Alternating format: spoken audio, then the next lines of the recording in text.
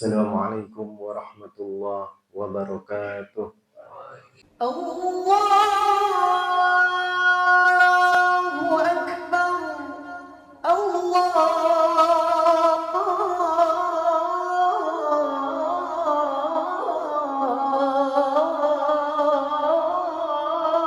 Akbar.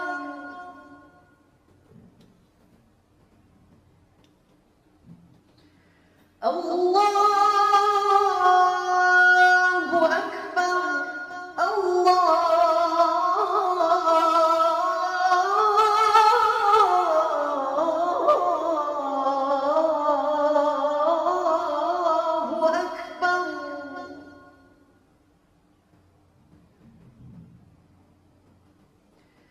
أشهد أن لا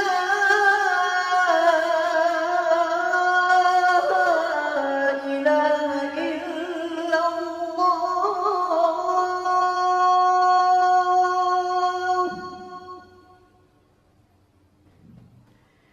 أشهد أن لا إله إلا الله.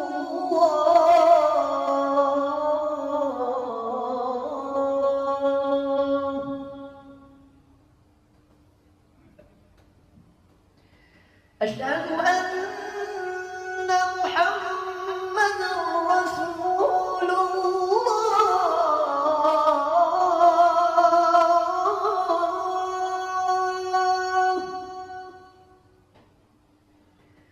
أشهد أن محمدا رسول الله.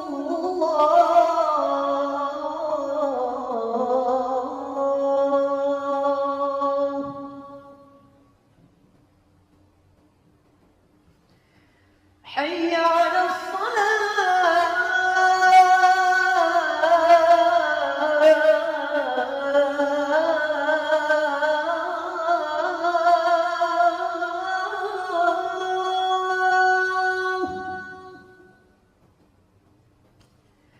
حي على الصلاة.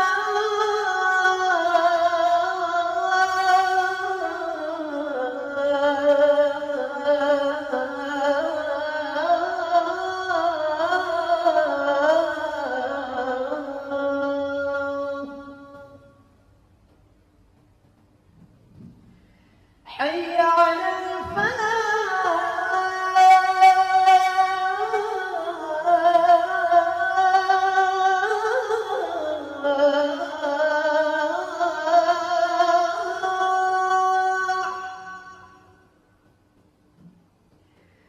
حي على الفلاح.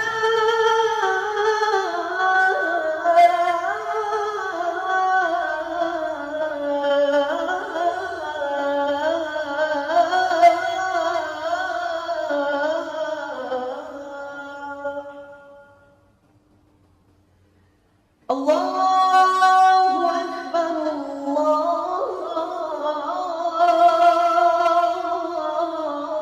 الله أكبر. لا إله إلا الله.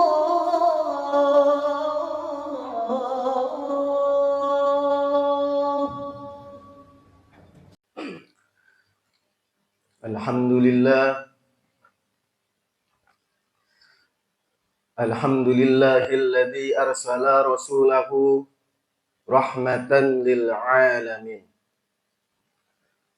wa anzala kitabahu hudal lil muttaqin wa ashhadu an la ilaha illallah wahdahu la syarika lah wa ashhadu anna muhammadan abduhu wa rasuluhu la nabiyya ba'dah. Allahumma salli ala sayyidina Muhammadin wa ala alihi wa ashabihi wa barik wa sallim ajma'in. Ya ayyuhalladzina amanu ittaqullaha haqqa tuqatih wa la tamutunna illa wa antum muslimun. Ma'asyiral muslimin, Usikum wa nafsi bitaqwallahi la'allana nuflihun. Faqad qala Allah Ta'ala fil Qur'anil Karim, A'udzu billahi minasy syaithanir rajim. Bismillahirrahmanirrahim. Wal 'asr. Innal insana lafi khusr. Illa alladziina amanu wa 'amilus shalihati wa tawasaw bil haqqi wa tawasaw bis sabr. Wa qala an-nabiy sallallahu alaihi wasallam, ni'matani maghbunun fihima katsirun minan nas, as-sihah wal faragh. Shadaqallahul azim wa sadaqa rasuluhu nabiyul karim. Wa nahnu ala dzalika minasy syahidin. Hadirin sidang Jumat rahimakumullah.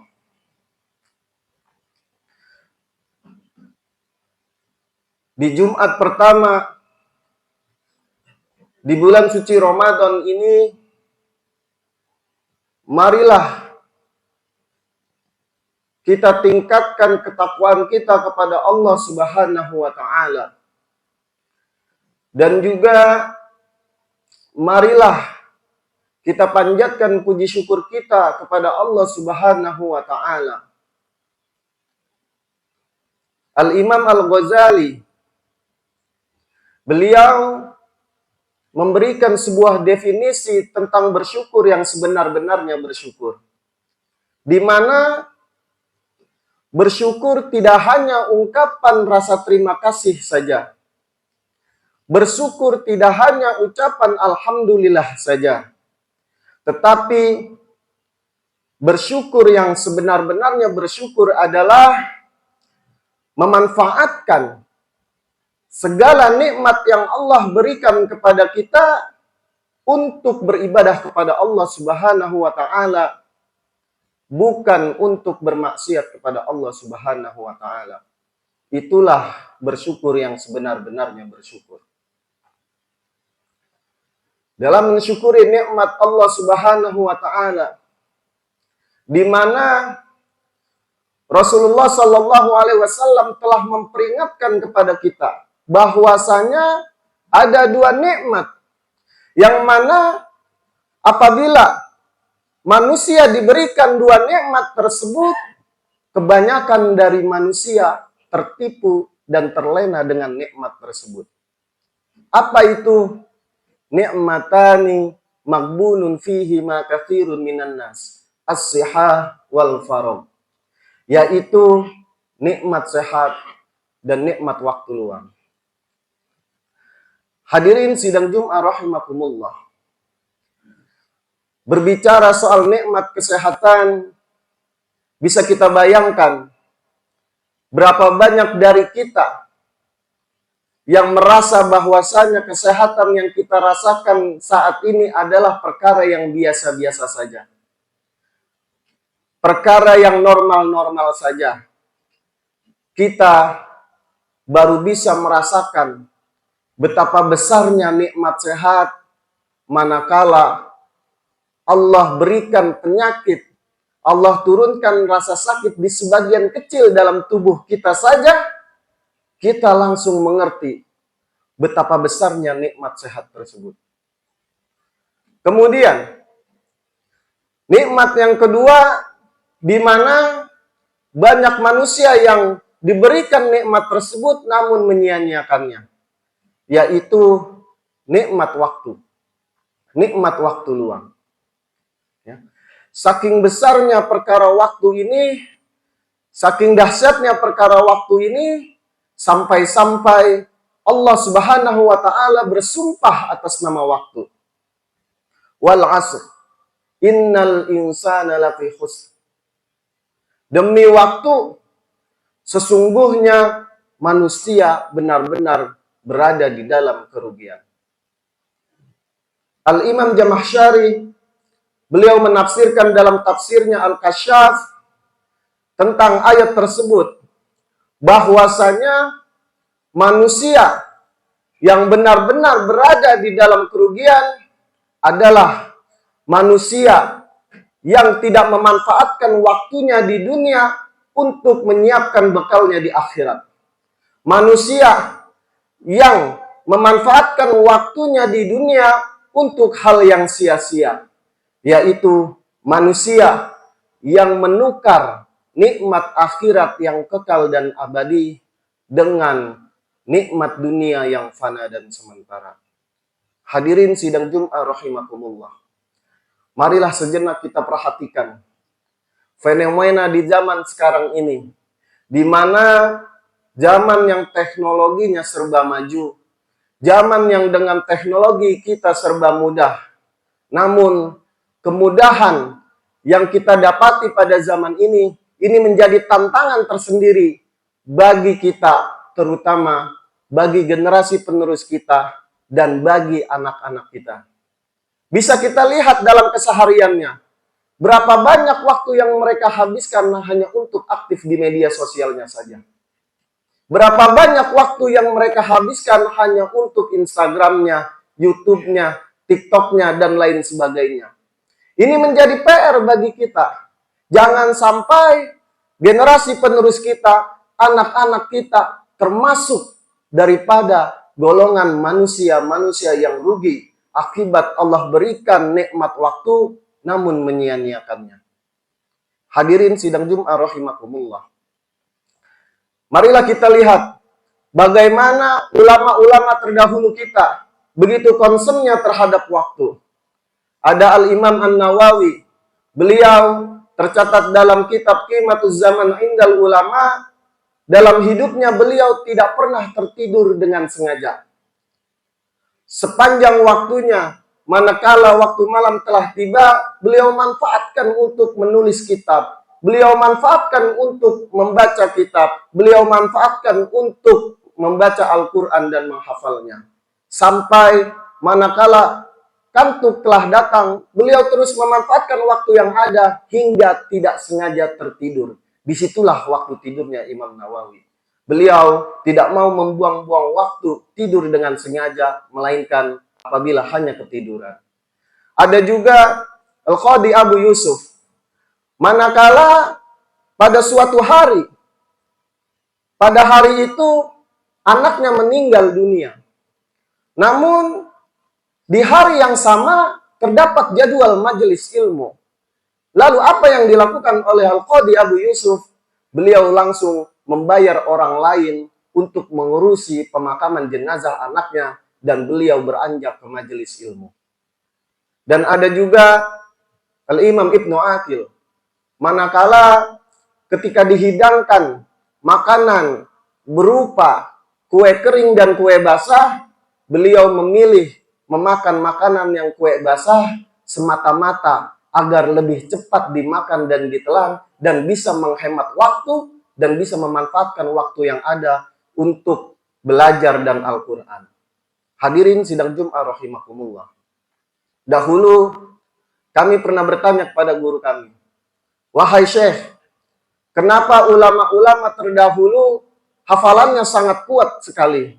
Kenapa ulama-ulama terdahulu karyanya sangat banyak sekali dan ilmunya sangat luas sekali? Rasa-rasanya kami pelajar zaman sekarang sangat sulit untuk mencapai derajat mereka, bahkan terkesan mustahil. Kenapa kami sulit sekali untuk memiliki ilmu yang luas, hafalan yang kuat, bahkan menulis karya? Apa jawaban daripada guru kami?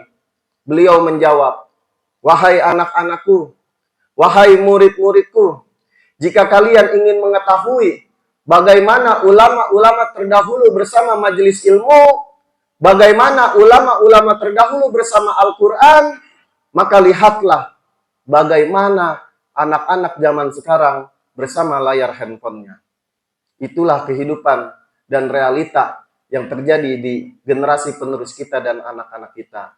Semoga kita bisa mengingatkan dan menjaga generasi penerus kita jangan sampai jatuh menjadi golongan daripada manusia yang rugi, yaitu manusia yang menukar nikmat akhirat yang kekal dan abadi dengan nikmat dunia yang fana dan sementara.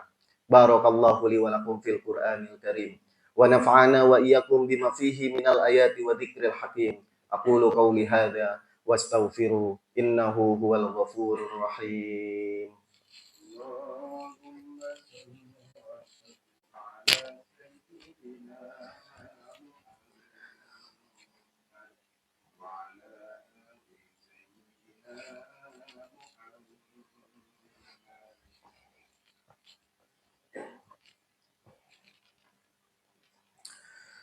Alhamdulillah, alhamdulillahilladzi an'amana bi ni'matil iman wal islam.